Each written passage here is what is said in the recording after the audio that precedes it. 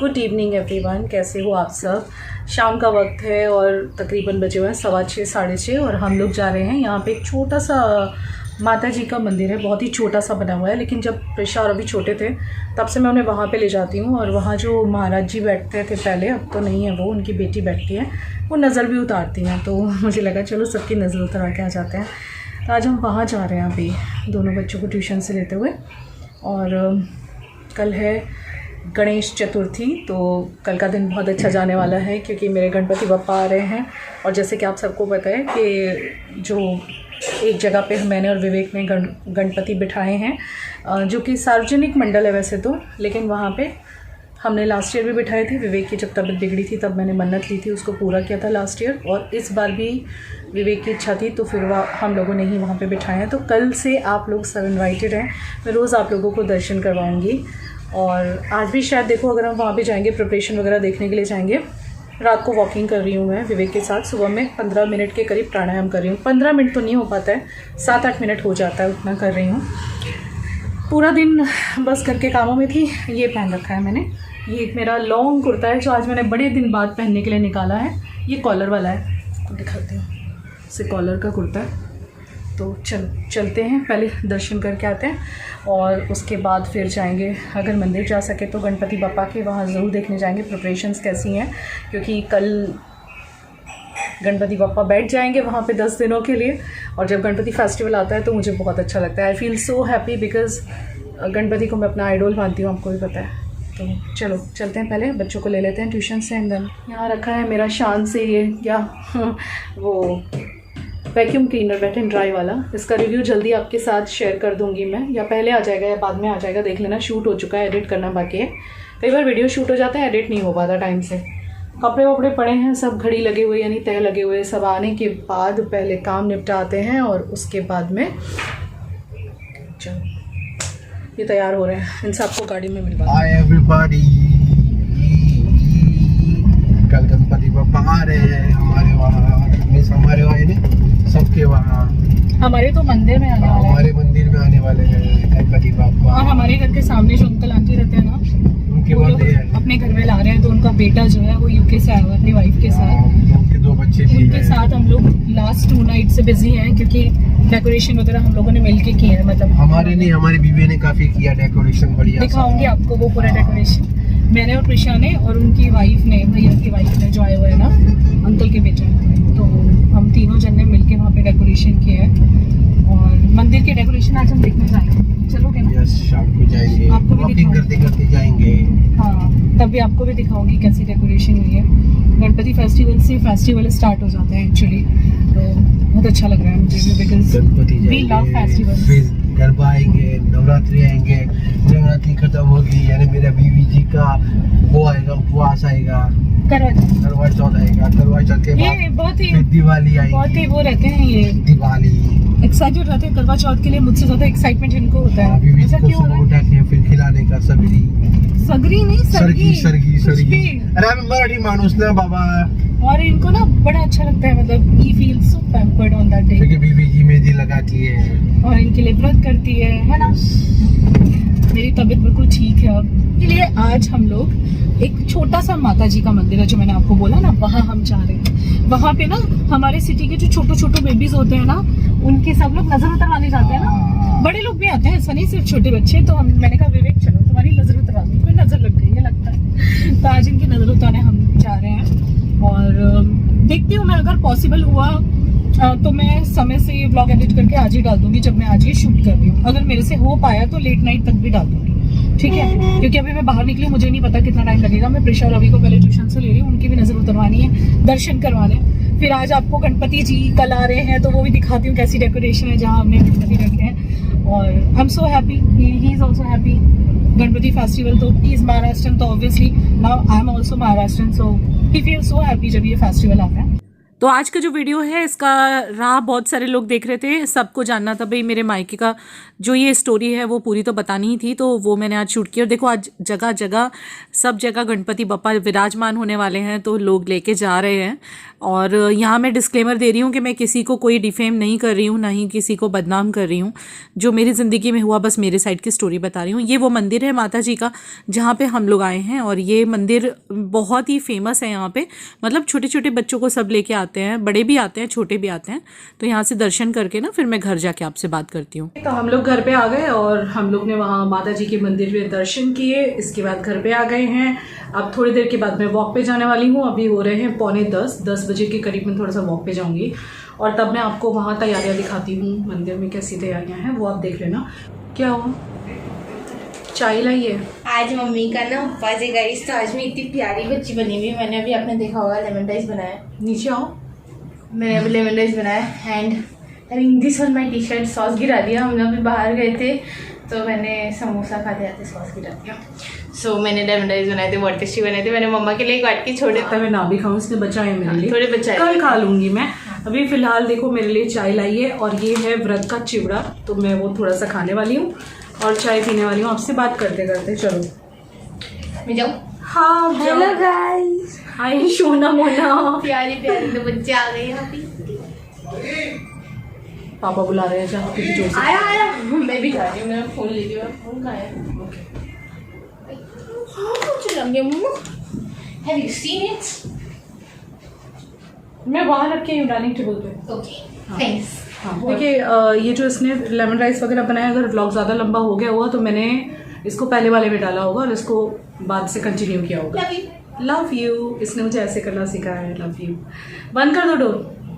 हाँ जी, तो बहुत सारे लोग मेरे मायके के बारे में बहुत कुछ जानना चाहते थे और मैं भी सोची थी शेयर करूँ। मुझे लगा गणपति स्टार्ट हो रहे हैं तो पहले शेयर कर देती हूँ, क्योंकि फिर गणपति में मैं बिज़ी हो जाने वाली हूँ। गणपति फेस्टिवल में कल से हम लोग वहाँ पे बिज़ी हो जाएंगे, वहाँ रोज़ आरती करने हम लोग जाएंगे, आपको दर्शन भी मैं करवाऊँगी। तो देखिए, बहुत सारे लेडीज़ ने मुझे कमेंट करा था जब मैंने अपनी स्टोरी शेयर करी थी कि दीदी हमारे साथ भी यही हुआ है, हमारे मायके वालों ने भी हमारा साथ नहीं दिया।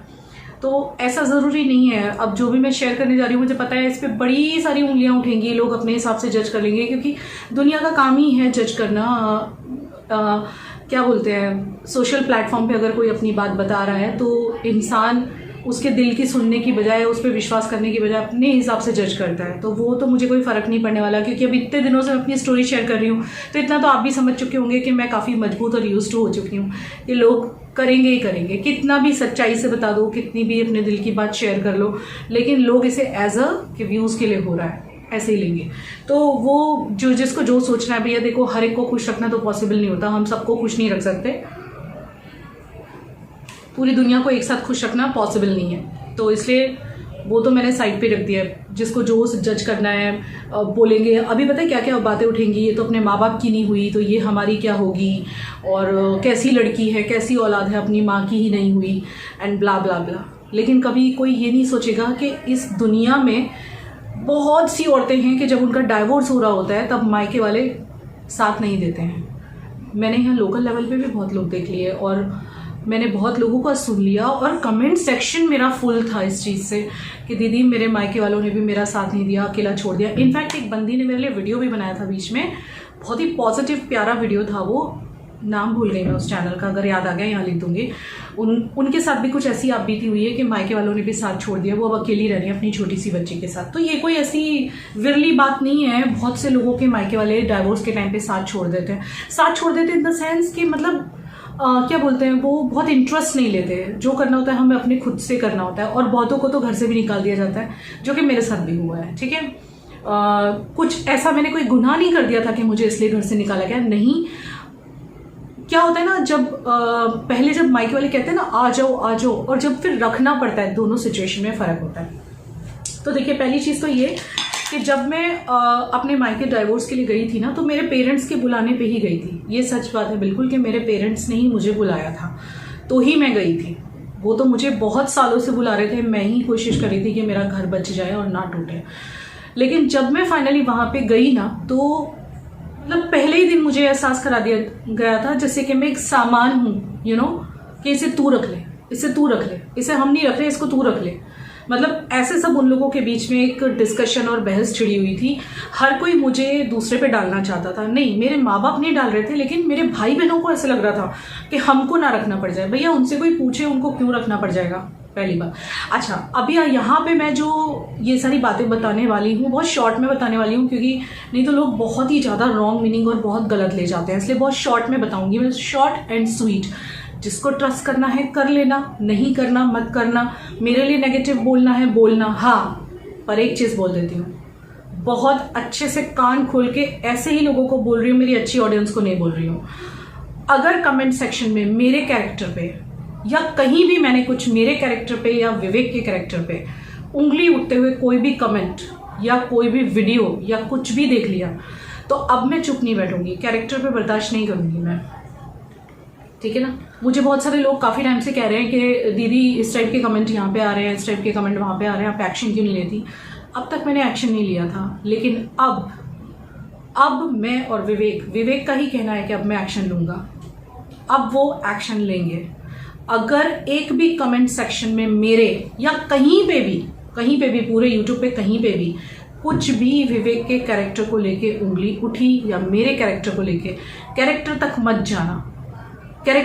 जाना। होता क्या है, जितने मुंह उतनी बातें होती हैं। नो डाउट हर किसी के पास में कुछ ना कुछ होता है, किसी को अधिकार नहीं है किसी का मान सम्मान खराब करने का, किसी को अधिकार नहीं है। अब अगर मैंने कोई भी ऐसा कमेंट जिसमें विवेक के कैरेक्टर को उछाला गया या मेरे कैरेक्टर को उछाला गया या कोई ऐसी बात जिससे हमारी प्रतिष्ठा इस समाज में खराब हो सकती है, बिना काम मेरी जिंदगी में अगर किसी ने भी घुसने की कोशिश की गलत तरीके से, अपने हिसाब से स्टोरी को तोड़ना मरोड़ना, वो मतलब है मेरा, तो अब मेरे हस्बैंड एक्शन लेंगे। वो बोल चुके हैं मुझे ये चीज़ कि अब मैं एक्शन लूँगा रुचि।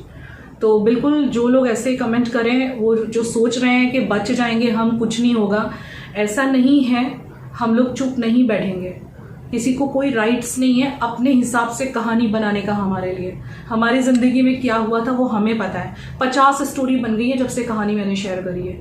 कोई कह रहा है कि जो है ये लड़की विवेक की ही है, ये झूठ बोल रही है। कोई कह रहा है कि ये जो क्या बोलते हैं बेटी है, ये विवेक से शादी से पहले ही हो गई थी। कितनी तरह तरह की बातें सुनने के लिए आ रही हैं, जो कि मैं आपके साथ पहले शेयर भी कर चुकी हूँ, लेकिन अभी तक मैंने एक्शन नहीं लिया था। बट अब हम लोग दिखाएंगे, समझाएंगे, ऐसे लोगों को दिखाएंगे कि कैसे किसी को बदनाम किया जाता है, वो भी बिना काम। मैंने मेरी लाइफ के बारे में बताया, तो हाँ, मेरी तरफ की स्टोरी मैंने बताई। अब मेरा चैनल है, मैं अपनी स्टोरी बताने का अधिकार तो मेरा है। मैंने अपनी स्टोरी बताई, लेकिन उनका नाम तक नहीं बताया। और तो और कुछ ऐसी बातें हैं जो कि अगर मैं बोल दूंगी यहाँ पे तो बहुत बड़ा ब्लास्ट हो जाएगा मेरी पास्ट वेडिंग के बारे में, जो मेरे साथ किया गया है, जो मैंने मेरी आंखों से देखा है। लेकिन वो सब कहने का कोई मतलब नहीं है। अब उनको मैं ऐसे नहीं कुछ उनके लिए बोल सकती। उनकी अपनी एक लाइफ है, हो सकता है अभी आगे जाके जैसे कि वो एक पर्सन ढूंढ रहे हैं किस शादी के लिए, हो सकता है उनको कोई मिल जाए तो उनकी ज़िंदगी ठीक ठाक चले। ज़रूरत नहीं है वो वहाँ तक बोलने का कि मैं उनके कैरेक्टर पे चली जाऊँ। तो इसीलिए अगर मेरे और विवेक के कैरेक्टर पे कोई भी गया तो अब कान खोल के सुन लेना कि फेस करने के लिए रेडी रहना, बिकॉज अब हम लोग एक्शन लेंगे, लीगल एक्शन लेंगे। जो हम कर सकते होंगे वो करेंगे। तो चलिए आगे की बात मैं आपको शॉर्ट एंड स्वीट में बता देती हूँ। जिस दिन मैं मेरे मायके पहुंची थी, पहले दिन मुझे ये एहसास हो गया था कि जैसे कि मैं एक सामान होता है ना, मतलब मेरे भाई ने जाते ही मेरे डैडी को बोल दिया था कि इसको मैं तो नहीं रखूंगा, जबकि डैडी ने कहा नहीं था रखने के लिए, पर अपने आप से बोल दिए थे वो कि इसको मैं तो नहीं रखूंगा, जबकि मैं उनके पास रहने वाली नहीं थी, मेरे पेरेंट्स के घर ही जाने वाली थी मैं। लेकिन एक वो सामान वाली फीलिंग जो होती है ना, वो आ गई थी कि मैं एक इंसान नहीं हूँ, एक सामान की तरह मुझे मेरे मायके में आते के साथ ट्रीट किया जा रहा है, जिससे हर कोई ये चाह रहा था कि इसके ऊपर डाल दो, इसको दे दो, ये सामान इसको दे दो, इसको दे दो, इसको दे दो, ये संभाल लेगा। मतलब भाई बहनों में मेरे आपस में। और मेरे मम्मी पापा तो ठीक है, वो तो मेरे सपोर्ट में खड़े ही थे। द थिंग इज के जब मैं वहाँ पहुँची थी ना, तो पहले तो मेरी आंखों के सामने अंधेरा छा गया था कि अब मैं क्या करूँगी, कैसे होगा, क्या करूँगी, जीवन में आगे क्या होने वाला है, मुझे कुछ पता नहीं चल रहा था। लेकिन ये बात सच है कि जब मैं वहाँ पहुँची तो हद से देखिए क्या होता है पता है, जब मायके वाले आपको बुलाते हैं ना, ऐसा मैं अकेली नहीं हूँ, बहुत सी औरतें शायद मुझसे रिलेट कर पाएंगी। और मेरे कमेंट सेक्शन को जो लोग इसे झुटलाएं ना, वो मेरा कमेंट सेक्शन पढ़ लें कि बहुतों के साथ ऐसा होता है, मैं अकेली नहीं हूँ, कि पहले वो बुला तो लेते हैं, बुलाना और फिर बेटी को रखना, शादी के बाद, शादी से पहले बेटी को सब रख लेते हैं, लेकिन शादी के बाद जब वो आती है ना वापस कभी डाइवोर्स के लिए या अलग होती है पति से, तब बेटी को रखना बड़ा मुश्किल और बड़ा भारी लगता है मायके वालों को। कुछ मायके वालों को, सबके लिए नहीं बोल रही हूँ, लेकिन कुछ में भी बहुत सारे मायके वाले हैं जो कि बेटी को उस टाइम पे सपोर्ट नहीं करते, अकेला छोड़ देते हैं। तो मुझे भी मायके वालों ने अकेला छोड़ा था, इन द सेंस बुला तो लिया, लेकिन जब रहने की बारी आई साथ में, जब साथ में रहना होता है प्रैक्टिकली, तो तब प्रॉब्लम्स आने लग गई थी। मतलब हर किसी को प्रॉब्लम आने लग गई थी। और जो मेन प्रॉब्लम था वो यही था बस कि भाई मेरे घर में थोड़ा मेरे भाई का ज़्यादा चलता है। मतलब हमारे घर में मैं खुद एक्सेप्ट करती हूँ कि इस टाइप की थिंकिंग है कि बेटा जो कहे वो होगा, ये है हमारे घर में। और बेटे की इंपॉर्टेंस भी हम बेटियों से ज़्यादा है मेरे मायके में। मैं एक्सेप्ट कर रही हूँ ये चीज़। देखिए, जब मैं मेरे ससुराल के बारे में इतनी बातें आपको बता सकती हूँ, तो मेरे मायके के बारे में क्यों नहीं। मेरा आज व्रत है, मैंने आज मंगलवार का व्रत किया है मेरे गणपति के लिए, क्योंकि कल से गणपति बैठ रहे हैं यहाँ पे। तो आज मेरा व्रत है। वैसे आज हरतालिका तीज भी है, लेकिन वो तो मैं नहीं करती, बट ट्यूसडे मैं करती हूँ, ट्यूसडे के व्रत में रखती हूँ। तो हाँ, मैं आपको बता रही थी, उस टाइम पे उन लोगों ने मुझे बुला तो लिया मायके वालों ने, लेकिन बुलाना और रखना ये दोनों चीज़ें अलग अलग होती हैं, ठीक है ना। बुला तो लिया, पर जब बेटी को रखना पड़ता है ना, एक ससुराल से वापस आई बेटी को, तब बहुत सारे प्रॉब्लम्स आते हैं। यहाँ मुझे खुल के आपको सारी प्रॉब्लम नहीं बतानी है, क्योंकि लोग है ना फिर बहुत गंदी तरह से मैनिपुलेट करते हैं और बहुत ही गलत भी लिख देते हैं, जो कि फैमिली को बहुत हर्ट होता है। और आप यहाँ पे ये भी बहुत से हेटर्स आके लिखेंगे कि अपने मायके को भी बदनाम करने लग गई, अब ससुराल को बदनाम किया, पहले पति को बदनाम किया, मायके। जी नहीं, जो हुआ सच ही बता रही हूँ, ठीक है। और जिसको लगता है कि मैं झूठ बोल रही हूँ, वो मत देखो मेरा चैनल। झूठी औरत का चैनल क्यों देखते हो यार, कम ऑन, इतने सारे चैनल है यूट्यूब पे, झूठी औरत का चैनल मत देखो यार, ठीक है। बट मुझे पता है मैं क्या हूँ, मेरी फैमिली को पता है। जिसको कहानी जैसे तोड़नी मरोड़नी है, मरोड़ो, आई डोंट केयर, क्योंकि सबका ठेका मैंने नहीं ले रखा। मुझे सिर्फ अपनी स्टोरी अपने हिसाब से बता देनी है। मेरी जो ऑडियंस है वो मुझ पर जितना ट्रस्ट करेगी बस, और ऐसा कुछ नहीं है ये व्यूज़ भैया, व्यूज़ से अभी इतने थोड़े दिन आ जाएंगे व्यूज़, फिर क्या करेंगे हम? फिर तो हमें डेली रूटीन ही शेयर करना है ना। सो थोड़े दिन के व्यूज़ लेके ज़िंदगी नहीं चलानी, हमें आगे तक जाना है, ठीक है ना। तो वहाँ पे रहने में काफ़ी प्रॉब्लम आई थी मुझे, बिकॉज जब रहने की बारी आई तो सभी को प्रॉब्लम होने लग गई थी। मैं किसी का पर्टिकुलर नाम नहीं लूँगी यहाँ पे। डाइवोर्सी बेटी होती है, अगर वो रहने लग जाती है मायके में, तो फिर उसका तो राइट हो जाता है ना, क्योंकि वो वैसे भी उसका डाइवोर्स होने वाला है। तो सबको यही बात बहुत हो गया था कि मतलब इसका मतलब किसी को ये चिंता नहीं थी कि इसका क्या होगा आगे, इसकी ज़िंदगी का क्या होगा। सबको बस ये टेंशन थी, सबको, हाँ सबको, एक्सेप्ट माय फादर, सबको ये चिंता थी बस कि इसको यहाँ से निकालो, बस कैसे ही, चाहे ये बाहर किराए के घर में रहे या कहीं भी रहे, बस इसको निकालो यहाँ से, ये घर पे इसका राइट ना हो जाए। मुझे वहाँ कोई रहने नहीं देना चाहता था। बात इतनी बढ़ गई थी कि मुझे घर से बाहर तक निकाला गया है। तब मेरे फादर ने स्टैंड लिया। मैं क्यों झूठ बोलूँ, जो सच है वही बता रही हूँ। तब मेरे फादर ने स्टैंड लिया। मेरी मॉम बुरी नहीं है। देखिए, अब यहाँ पे हेटर्स कहेंगे अपने मायके को बदनाम करिए, मम्मी को बदनाम करिए। कुछ लोग कहेंगे आपकी मम्मी ये वीडियो देखेंगी तो उनको कितना बुरा लगेगा। Love you mummy. मुझे पता है कि मेरी मम्मी थोड़ी गुस्से वाली हैं, वो हैं गुस्से वाली, लेकिन वो दिल की बहुत अच्छी हैं। लेकिन उस टाइम पे देखो जो हुआ है, उस टाइम पे जो मम्मी ने, पता है इन्फ्लुएंस हो जाती हैं वो किसी की भी बातों से बहुत जल्दी। तो मम्मी भी इस चीज़ पे एग्री कर गई थी कि इसको जो है यहाँ नहीं रहना है, कहीं और रहेगी। और जिसके चलते मुझे घर से भी बाहर निकाला गया था। भाई आप सोचो मेरे पे क्या बीती होगी, मुझे ये समझ ही नहीं आ रहा था मैं क्या करूँ। उस टाइम पे एक और प्रॉब्लम खड़ी हुई थी। जब मैं वहाँ पहुँची थी ना, तो मैं एक्चुअली कुछ कोर्स करना चाह रही थी, क्योंकि देखिए ऑब्वियसली बात है, मुझे पता था मुझे अब तो अलग ही होना है। क्योंकि ऑब्वियसली मेरे पेरेंट्स भी बोल चुके थे कि अब इसके पास वापस नहीं जाना है, क्योंकि कई बार माफ़ी मांग चुके थे वो, कई बार ले जा चुके थे वापस। तो मेरे फादर को पता था, वो मुझे बोल चुके थे कि अब तुम अगर इसके साथ इसकी बातों में आई, क्योंकि एक दो बार तो मैं उसकी बातों में इमोशनल होकर मतलब चली गई थी वापस उसके साथ। लेकिन फिर मेरे फादर ने मुझे बोल दिया था कि अब अगर तुम वापस गई ना इसके साथ, तो ये सुधरने वाला नहीं है, तो फिर तुम अपनी ज़िंदगी खुद देख लेना। तो मुझे जाना तो था नहीं वापस, ये तो पक्की बात है, मुझे अलग ही होना था। तो जब अलग होना है तो ऑब्वियसली फिर तो मैं ये सोचूंगी ना, भैया मैंने कितनी पढ़ाई करी है, मुझे आगे क्या करना है। क्योंकि ऑब्वियसली जब मैं अकेले रहूँगी, चाहे मैं मायके में क्यों ना रहूँ, जॉब तो करनी ही पड़ेगी ना, खुद के पाँव पे तो खड़ा होना ही पड़ेगा फिर जब अकेले रहना है। बच्चों की ज़रूरतों के लिए, खुद की ज़रूरतों के लिए। लेकिन उन लोगों ने मुझे जॉब ऑफर कर दी सामने से, and I was so happy, क्योंकि मुझे एक जॉब की ही तो तलाश थी। क्योंकि मैं चाहती थी भाई, इतना सारा कुछ मैंने झेला था, दिमाग से वो वॉश ऑफ भी होता है जब हम काम करने निकलते हैं, दिमाग बटा रहता है हमारा। और दूसरा बच्चों के लिए, खुद के लिए 2 पैसे भी मिलते हैं। तो उन्होंने मुझे जॉब ऑफर की और मेरा ऑनलाइन इंटरव्यू करवाया था और मैंने वो इंटरव्यू पास कर लिया, मेरी जॉब लग गई। 3 दिनों के अंदर तो उन्होंने मुझे अपॉइंट कर लिया। ये चीज़ मम्मी को पसंद नहीं आई थी। मेरी मॉम बोल रही थी, उनका कंसेप्ट क्या है पता है, थोड़ा सा उनकी सोच पुरानी टाइप की है। उनका कंसेप्ट ये है कि नहीं, जॉब नहीं करनी, घर में ही रहना है। लेकिन मेरे डैडी का, मेरी जो भी वहाँ पे पड़ोसी थे, उनका कहना सबका ये था कि नहीं, उसको जॉब करने दो, इस बहाने उसमें कॉन्फिडेंस आएगा, जो भी वो झेल के आई है, नहीं तो दिन भर सोचती रहेगी जो उसके साथ हुआ है और डिप्रेशन में चली जाएगी। थोड़ा बाहर निकलेगी, उसका दिमाग बटा रहेगा, जॉब करेगी और थोड़े 2 पैसे भी बच्चों के लिए आएंगे। तो इस चीज़ को लेके मम्मी का और मेरा डिस्प्यूट हुआ था। और फिर वो डिस्प्यूट इतना बढ़ गया था क्योंकि मम्मी कहनी थी जॉब तो नहीं करनी है। लेकिन देखिए, अगर जॉब नहीं करनी है तो फिर जो एक थोड़े बहुत तो खर्चे किसी के भी होते हैं, जैसे बच्चों का दूध का या बच्चों का कुछ खाने का, या कभी बच्चों को कोई चीज़ दिलानी है, या जैसे कि मैंने वहाँ पे जो है मेरी बड़ी बेटी को स्कूल में डाला था, तो वो सब तो फीस तो लगती है ना। अगर आप वो भी नहीं दोगे तो फिर बच्ची को करनी पड़ेगी, या तो आप सब कुछ अपने शोल्डर पे ले लो। भाई ने भी इनफैक्ट कोई मदद नहीं की थी, मेरी बहनों ने भी कोई फाइनेंशियली मदद नहीं की थी, जबकि वो लोग काफ़ी सक्षम थे, काफ़ी नहीं बहुत ज़्यादा सक्षम, आज भी मेरे से ज़्यादा सक्षम है वो हर चीज़ में।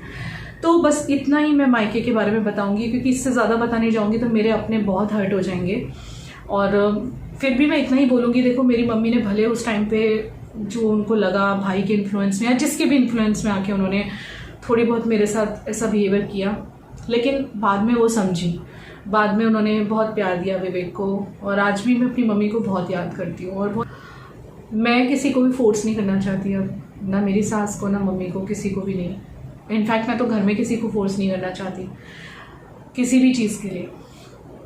यही बात है, मैं अपने पेरेंट्स को बहुत प्यार करती हूँ और हमेशा करती रहूँगी। लेकिन उस टाइम पे देखिए जो सच है वो सच है, मम्मी ने, भाई ने, बहन ने, किसी ने साथ नहीं दिया था। मुझे एक चीज़ की तरह ट्रीट किया जाता था, मुझे बार बार ये पूछा जाता था कि तुम अपना इंतज़ाम कब कर रही हो, तुम अपना इंतज़ाम कब कर रही हो। मुझे यहाँ तक पूछा गया है। एक दिन तो ऐसा भी आया था जब मुझे रात को बाहर निकाल दिया गया था, घर में झगड़ा चल रहा था मुझे ही लेके, और मुझे रात को 12 बजे बच्चों के साथ बाहर निकाला गया था। तब तो ये सब हुआ है मेरे मायके में। फिर मैंने जब केस वगैरह चल रहा था तभी भी मेरे को इतना सपोर्ट नहीं मिला। पापा, नो डाउट पापा ने मेरे लिए स्टैंड तो लिया था उस टाइम पे, नहीं तो पता नहीं मैं किस हालत में होती, मुझे घर से बाहर निकाल दिया जाता और मैं किस हालत में रहती बच्चियों के साथ। लेकिन पापा ने स्टैंड लिया और स्टैंड लेके मुझे रहने दिया, मुझे परमिशन दी ऊपर के घर में रहने की। लेकिन चाहता कोई नहीं था कि मैं वहाँ रहूँ। सब ये चाहते थे कि, अगर नो डाउट चाहते सब यही थे कि डाइवोर्स हो जाए, उसके साथ ना रहे, क्योंकि वो लोग जानते थे कि या तो ये मर जाएगी या वो मार डालेगा या ये मर जाएगी। लेकिन वो लोग मुझे अपने पास नहीं रखना चाहते थे, वो लोग ये चाहते थे कि मैं वहाँ से चली जाऊँ। अब इसमें जिसको जो सोचना है सोचो, बिकॉज यही सच है, इतना ही सच है बस, इसके अलावा कोई सच नहीं है। ये बिटर ट्रूथ है। और बहुत से इंसिडेंट है जो मैं यहाँ बता सकती हूँ लेकिन नहीं बताऊंगी। जैसे कि मैंने आपको मेरी वेडिंग से रिलेटेड भी जब बातें बताई थी तो बहुत इंसिडेंट हैं, लेकिन मैं सब नहीं बताई हूँ आपको, थोड़े थोड़े से बता दिए मैंने। तो मायके का भी आप इतने में से आपको आइडिया आ गया होगा कि मेरा सबने साथ छोड़ दिया था, मैं बिल्कुल अकेली हो गई थी। पापा ने स्टैंड लिया जिस वजह से थोड़ा भी मैं वहाँ रह पाई। एंड विवेक की जहाँ तक बात आती है, क्योंकि इस बात को लेके तो बहुत क्वेश्चन उठ रहे हैं, तो विवेक की जहाँ तक बात आती है तो मैं आपको बताती हूँ। जब मेरे ऊपर ये सब बीत रही थी उस टाइम पे मेरा डाइवोर्स का केस तो चल ही रहा था, ठीक है। लेकिन जब ये सब मेरे साथ हो रहा था ना, ये कोई 1-2 दिन में नहीं हो गया। मैं जितने टाइम वहाँ पे रही हूँ उतने टाइम मुझे बार बार ये पूछा जाता था कि तुम अपना इंतज़ाम कब करोगी, यहाँ से कब जाओगी। आप सोच के देखना, एक औरत से जिसके ऊपर कोई छत नहीं है दूसरी, वो अपनी छत छोड़ के आ गई है, सिर्फ मायके की ही छत है, और उससे जब पूछा जाता है ना कि तू अपना इंतज़ाम कर ले, तो उस पर क्या बीतती होगी। यहाँ पे जो फ्रस्ट्रेटेड और जलन वाली औरतें हैं वो आके बहुत कुछ लिखेंगी, लेकिन इतना ध्यान रखना लिखते हुए कैरेक्टर पे उंगली मत उठाना, ना मेरे और ना विवेक के, नहीं तो हम लोग स्ट्रिक्ट एक्शन लेंगे अब, चाहे वो कोई भी हो, कोई भी। जब मैं ये सब से गुजर रही थी ना, उस टाइम पे मेरी इनकी मम्मी से बात होती थी, मैं सब कुछ बताती थी उन्हें जो भी मेरे साथ गुजर रहा था। उनको मुझसे काफ़ी सिंपैथी थी ना उस टाइम पे। तो नो डाउट कि ऑब्वियसली वो नहीं चाहती होंगी कि मैं बहू बनूं, लेकिन उस टाइम पर उनको मेरे से बहुत सिंपैथी थी। अपने बेटे को सब कुछ बताती थी वो।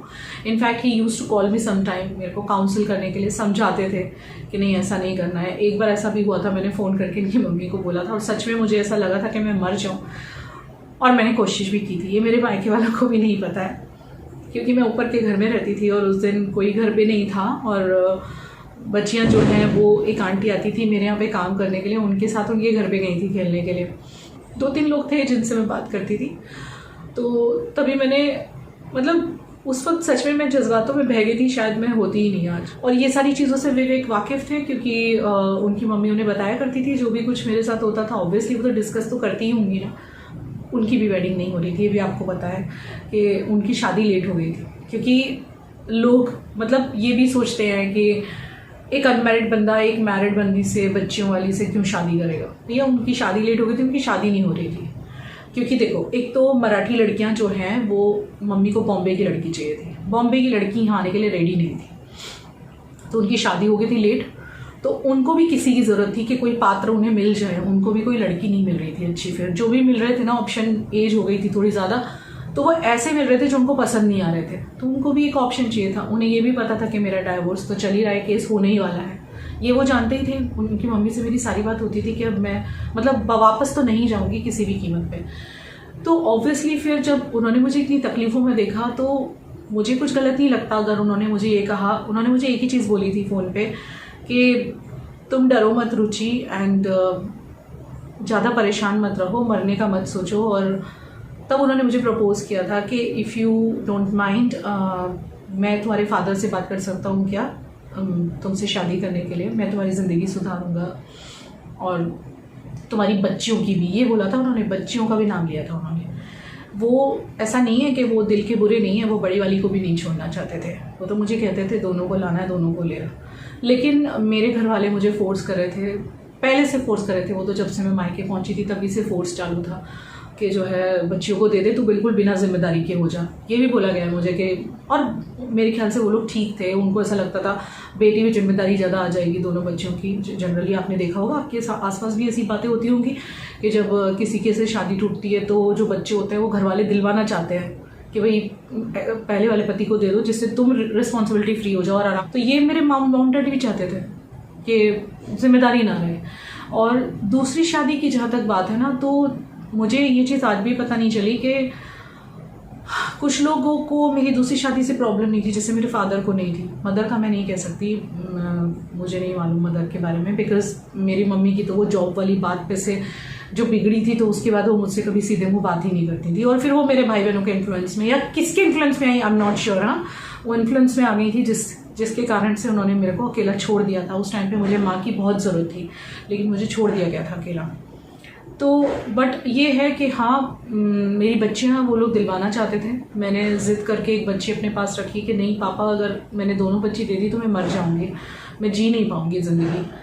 तो मेरे फादर ने बस इतना सुना ना, तो फिर उन्होंने मुझे फोर्स नहीं किया। देन उसके बाद में ना विवेक ने मेरे फादर से बात की थी, एंड हाँ ये बिल्कुल सच है, मेरे फादर तुरंत रेडी हो गए थे। मेरे फादर ने बिल्कुल भी मना नहीं किया था, क्योंकि देखिए जब मायके वाले इस तरह से बिहेव कर रहे थे कि इस सामान को तुम रख लो, कोई रखना ही नहीं चाह रहा था मुझे, तो उनकी तो प्रॉब्लम ही सॉल्व हो गई, किसी ने प्रपोज कर दिया। एंड हाँ ये चीज़ मुझे पापा ने, मेरे जो मामा मामी या जिनसे भी मेरी बात होती थी, सब लोगों ने मुझे बोला था कि देख यू आर लकी कि एक अनमैरिड पर्सन तुझे शादी करने को बोल रहा है और तेरी बेटी तक को एक्सेप्ट करने के लिए तैयार है कि वो बेटियों को भी ले आए, ऐसा भी बोल रहा है। तो you are a lucky person के मतलब तेरी बच्चियों को भी वो एक्सेप्ट करने के लिए रेडी है।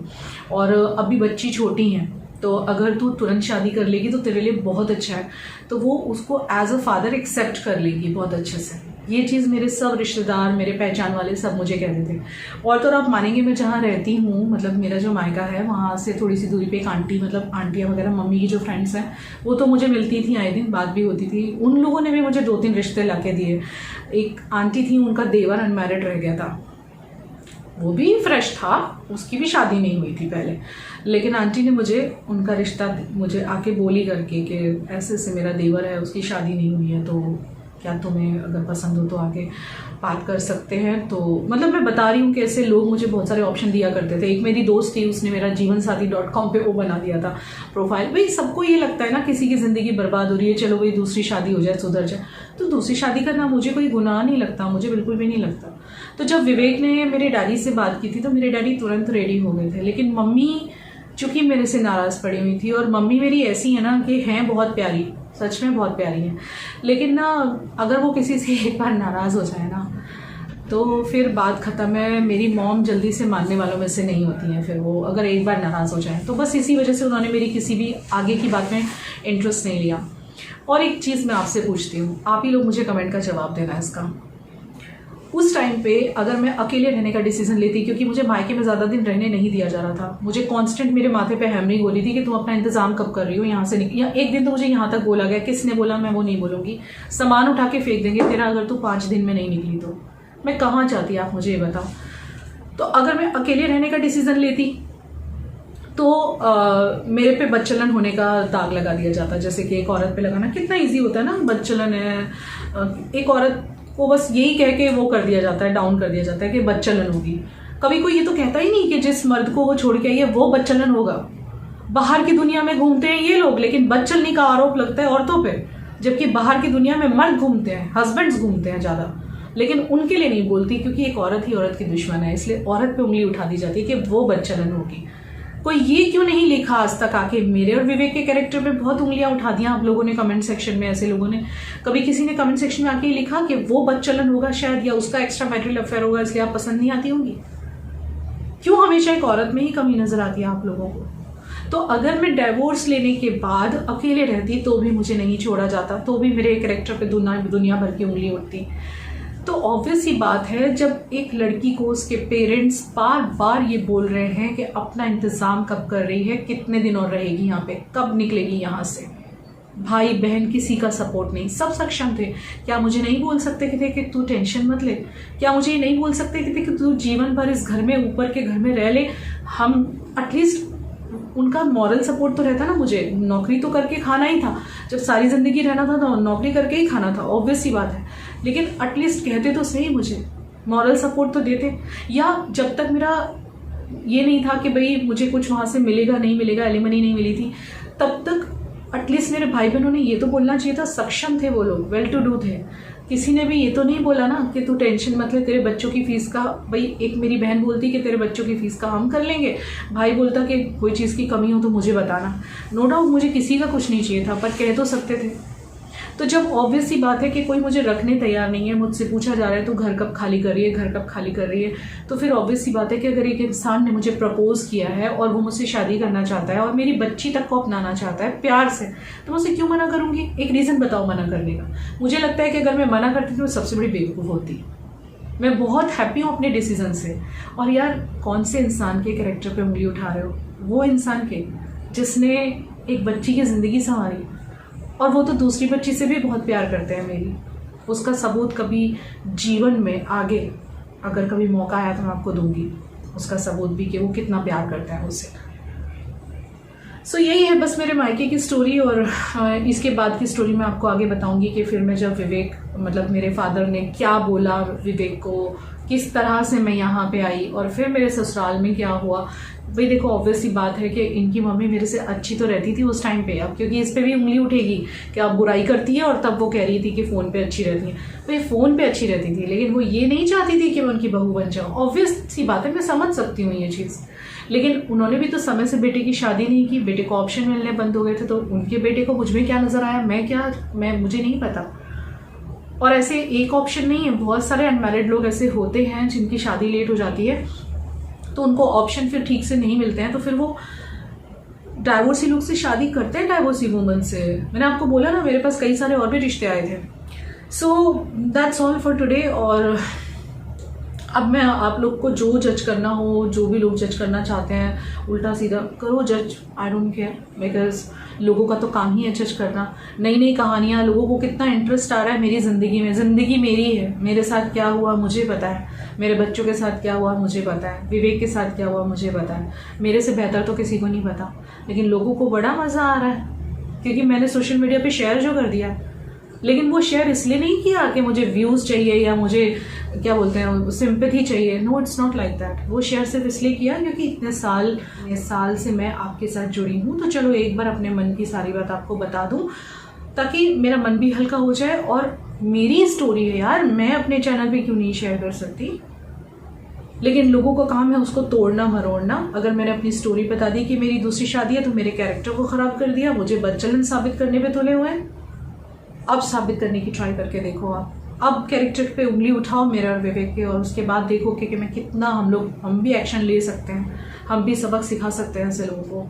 तो वो आगे आपको पता चलेगा, अगर ऐसा कुछ मौका आया तो वो आपको पता चलेगा। जो भी कोई, क्योंकि इस तरह से आप किसी के कैरेक्टर पे उंगली उठा के उसे बदनाम नहीं कर सकते। और बदनाम करने का, हाँ यहाँ पे ये भी होगा मायके वालों को बदनाम करिए, नहीं मैं किसी को बदनाम नहीं कर रही हूँ। जो मेरे साथ हुआ था मैंने वो बता दिया, और उसकी साक्षी मेरी बेटी है, वो हर चीज़ देख रही थी वहाँ पे जो मेरे साथ हुआ है।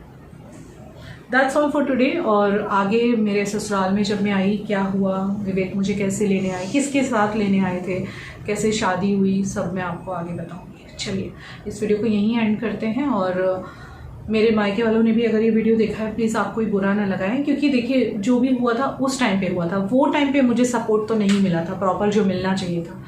अगर उस वक्त मेरे पापा ने थोड़ा सा स्टैंड ना लिया होता तो शायद मैं आज इस दुनिया में ना होती। क्योंकि ऑब्वियसली बात है, अगर मुझे रात को निकाल दिया था बाहर, मुझे मॉर्निंग में भी एक बार घर से बाहर निकाला जा रहा था जब मेरी बहन आई हुई थी घर पे, अगर निकाल दिया होता ना तो पता नहीं क्या होता। या तो कोई उठा के ले जाता, या जैसा माहौल है मेरठ का माहौल भी अच्छा नहीं है, या तो कि मैंने खुद को ख़त्म कर लिया होता, क्योंकि मुझे कोई रास्ता दिखाई नहीं देता। भले मैं स्ट्रांग हूँ लेकिन स्ट्रांग से स्ट्रांग औरत कमज़ोर बढ़ती है गाइस, कभी ना कभी। चलो इस वीडियो को यहाँ पे मैं एंड करती हूँ और मिलते हैं नेक्स्ट वीडियो में। फिलहाल मैंने इतना शेयर कर दिया है क्योंकि देखो मायके की बात बहुत लेट हो रही थी। बस शॉर्ट एंड स्वीट इतना है कि भाई, और मैं अकेली नहीं हूँ, लाखों महिलाएं हैं, लाखों लोग हैं जिनके कमेंट्स मेरे पास आए हैं कि हमारा भी ऐसा ही हुआ दीदी, डाइवोर्स के टाइम पे मायके वालों ने जरा भी सपोर्ट नहीं किया। बहुत से लोग हैं, मैंने कितने लोगों को देखा है, बेटी जब तक शादी ना हो ना वहाँ तक भारी नहीं लगती, लेकिन शादी के बाद अगर वो वापस आ जाए तो बहुत भारी लगती है, रखी नहीं जाती किसी से। कुछ मायके वाले अच्छे भी होते हैं, वो संभालते भी हैं, कुछ भाई भी अच्छे होते हैं, सैल्यूट है उन लोगों को। नो डाउट सैल्यूट मेरे पेरेंट्स को भी है कि मेरे पापा ने स्टैंड लिया, मेरी मम्मी को भी सैल्यूट है क्योंकि जो भी हुआ लेकिन बाद में वो समझी, उन्होंने अपने दामाद को प्यार भी दिया। और हाँ, ये लोग जानना चाह रहे थे कि फिर मम्मी किस बात पे गुस्सा थी, तो मम्मी वो जॉब वाली बात पे ही गुस्सा थी बहुत सालों तक। मेरी मम्मी ऐसी ही है, दिल की अच्छी है, लेकिन वो अगर एक बार किसी से रूठ जाए ना जल्दी से मानती नहीं है, फिर वो उनको बहुत मनाना पड़ता है, लेकिन प्यारी हैं जैसी भी हैं, ठीक है ना, दिल की अच्छी हैं, बस इतना है। उनका गुस्सा तेज़ है और वो किसी बात पे रूठ जाए तो मानती नहीं है, थोड़ा ईगो है उनके अंदर बहुत ज़्यादा, उनका ईगो सेटिस्फाई जल्दी से नहीं होता है। तो वो जॉब वाली बात पे तो चिड़ी थी ना, तो वो मानी नहीं, तो मानी ही नहीं। फिर उसके बाद तो मैं यहाँ पे आ गई थी, उसके बाद कोई कांटेक्ट ही नहीं, पापा से कांटेक्ट रहता था, पापा से बात होती थी यहाँ पे आने के बाद। जब हम कभी वहाँ जाते वाते थे तो जैसे मैं घर पे गई, कुछ मेरा सामान पड़ा रहता था ना ऊपर, आज भी पड़ा है थोड़ा सामान मेरा ऊपर, तो हम लोग होटल में रुकते थे मेरठ में जाके, फिर मैं घर पे चली जाती थी, विवेक होटल में रहते थे, पापा मिलने आते थे होटल पे विवेक से, पापा मिलने आते थे और वो समझाते भी थे कि जाने दो, समझ जाएंगी, वो थोड़ी जिद्दी हैं, टाइम लगता है उनको, ब्ला ब्ला। इतना ही शेयर करूँगी बस। एंड लव यू मम्मा पापा, अगर आप ये वीडियो देख रहे हो, और सॉरी अगर मैंने आप लोगों को हर्ट किया है, बट जो बात थी वो बता दी कि उस टाइम पे सच में मतलब मुझे सबने छोड़ दिया था अकेला। मुझे याद है जब मेरा केस चलता था, कई बार पापा आने के लिए हाँ बोलते थे, कई बार मना कर देते थे, कोर्ट अकेले जाना पड़ता था मुझे। चलिए गाइस, बाय।